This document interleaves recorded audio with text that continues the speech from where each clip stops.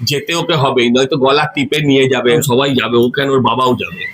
আদালতের মুডও বুঝেছিল, নয়তো আবার বাড়িতে সিআইডি পাঠিয়ে দিত, হ্যাঁ আদালত আবার টানতে টানতে নিয়ে যেত, সেটা আবার রাস্তায় ডিম খাওয়ার সম্ভাবনা ছিল তাতে প্রচুর। ও বলেছে একটা কথা, যেন ডিম কেউ আমায় না মারে, আর মারিনি তো।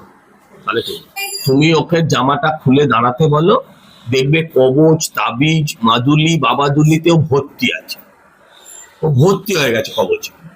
কিন্তু একটা কবচও কাজ করবে না, কারণ আমার ঠাকুমা বলতেন, রাখে হরি তো মারে কে, আর মারে হরি তো রাখে কে।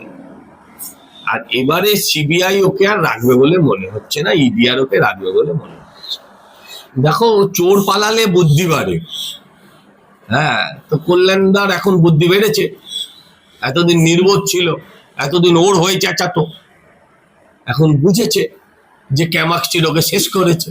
পোস্টার শুধু না, মাতাল বলে স্লোগান দিয়েছিল, মাতাল তোমায় জানতে হবে, আগামীকে মানতে হবে। শুধু পোস্টার দেয়নি, কুশপুত্তলিকাও দাহ করেছে। তখন ছাড়িসনি কেন, তখন বলিসনি কেন, তখন আতাত করেছিলি কেন? দিদি আমার সাথে ছিল, আতাত করেছিলি কেন?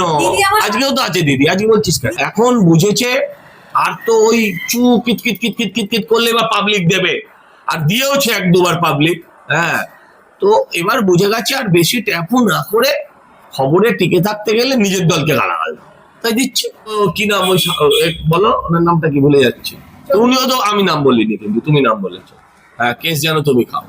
হ্যাঁ, কথা হচ্ছে তিনিও তো এ করেছিলেন, নতুন পথ পেয়েছিলেন। ওগুলো পদ নয়, ওগুলো বিপদ, ওগুলো আপদ, বুঝতে পারছে। অনুব্রত এবং সুমিত এরা চুরি করেছে, জানতে পেরেছো তো? তো সুমিত চুরি করেছে, আর সুমিতের আকা, সুমিতের মালিক, সে চুরি করেনি। আচ্ছা, সে অভিষেক যদি ও চুরির সঙ্গে যুক্ত থাকে, তাহলে সেই দলে এতদিন ছিল কেন? কল্যাণদাকে নিয়ে বলবো, তারপর মদনদাকে নিয়ে বলবো, তারপরে আমার কি অবস্থা হবে ভেবেছো?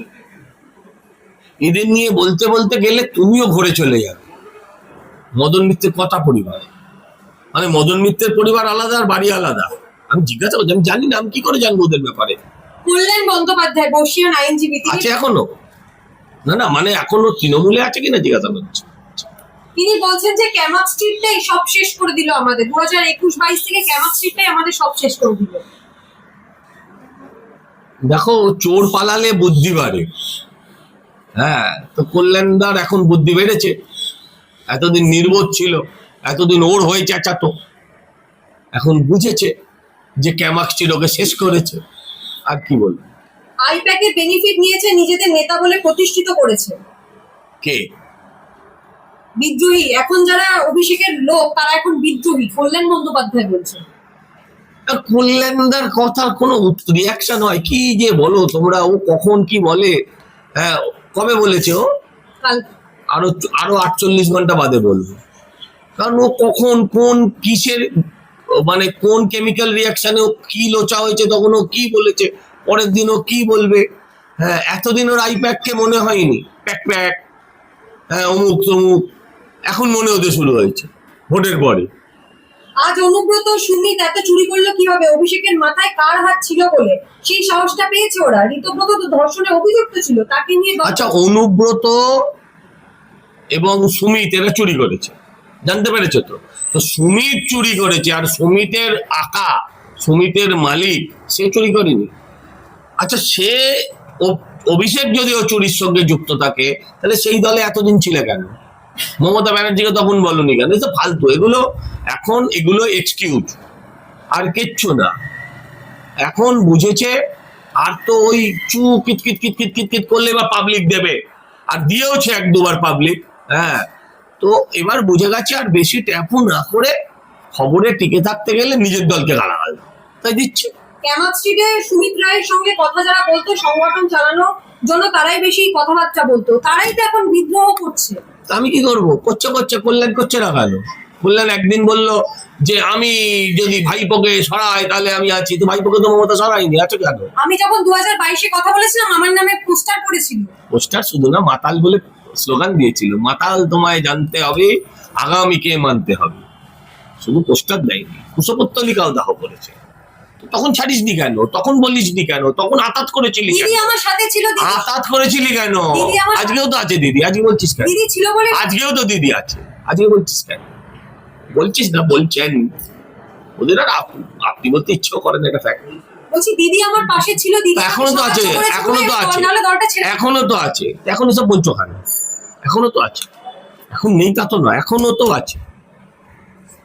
তো তুমি বুঝেছো আর দলের পালে হাওয়া নাই। দাদা মদন মিত্র কি তাহলে একেবারে বিদ্রোহী তৃণমূলে? কল্যাণদাকে নিয়ে বলবো, তারপর মদনদাকে নিয়ে বলবো, তারপরে আমার কি অবস্থা হবে ভেবেছো? এদের নিয়ে বলতে বলতে গেলে তুমিও ঘুরে চলে যাবে। বলা যায় মদনদাও চলে গেছে। না না, সন্দীপন সাহার বাড়িতে ঢু মারতে গেছে, ইডি তার ফ্যামিলিকে রেড করেছে, তারপরেই তিনি একেবারে সন্দীপন সাহার বাড়িতে ঢু মারতে গেছেন। তাহলে কি ইডি কার বাড়িতে গেছে? আমার মদনদার মদন বাড়ি। মিত্রের পরিবারের বাড়ি। মদন মিত্রের কথা পরিবার, মানে মদন মিত্রের পরিবার আলাদা আর বাড়ি আলাদা। আমি জিজ্ঞাসা করছি, আমি জানি না, আমি কি করে জানবো ওদের ব্যাপারে? তোমরা সবার জায়গায় যাও, তোমরা জানতে পারো। তো সেখানে ইডি গেছে, তাহলে সেখানে কিছু পেয়েছে, সোনা গয়না? আর আমি জিজ্ঞাসা করছি, মদন মিত্রের পরিবার মানে তো আবার বর্ধমানের পিয়ালিও ছিল। হ্যাঁ, যাই হোক, সেসব নিয়ে কি বলবো এখন। সন্দীপন সাহার বাড়িতে ঢু মারতে গেছে মদন মিত্র। গেছে, আমি কি করব? ভালো তৃণমূল হয়ে যাবার চেষ্টা, তাতে তো রক্ষা পাবে না, রক্ষা পাবে না। নতুন নতুন পদ পেয়েছিলেন তো মদন মিত্র। আরে তো কি নাম ওই বলো, ওনার নামটা কি ভুলে যাচ্ছি। তো উনিও তো, আমি নাম বলিনি কিন্তু তুমি নাম বলেছো। হ্যাঁ, কেস যেন তুমি খাও। হ্যাঁ, কথা হচ্ছে তিনিও তো করেছিলেন, নতুন পদ পেয়েছিলেন। ওগুলো পদ নয়, ওগুলো বিপদ, ওগুলো আপদ, বুঝতে পারছে? দাদা একেবারে শেষ প্রশ্ন, তসলিমা নাসরিন বামফ্রন্টের সরকার রোষের শিকার হয়ে যারা যিনি চলে গেছিলেন তাড়িয়ে দেওয়া রোষের হয়েছে। শিকার নয়, ওখানে ওনাকে এখান থেকে বিতাড়িত করা হয়েছে। যারা বলেন যে আমরা ধর্মনিরপেক্ষ, আসলে ধর্মনিরপেক্ষ নয়।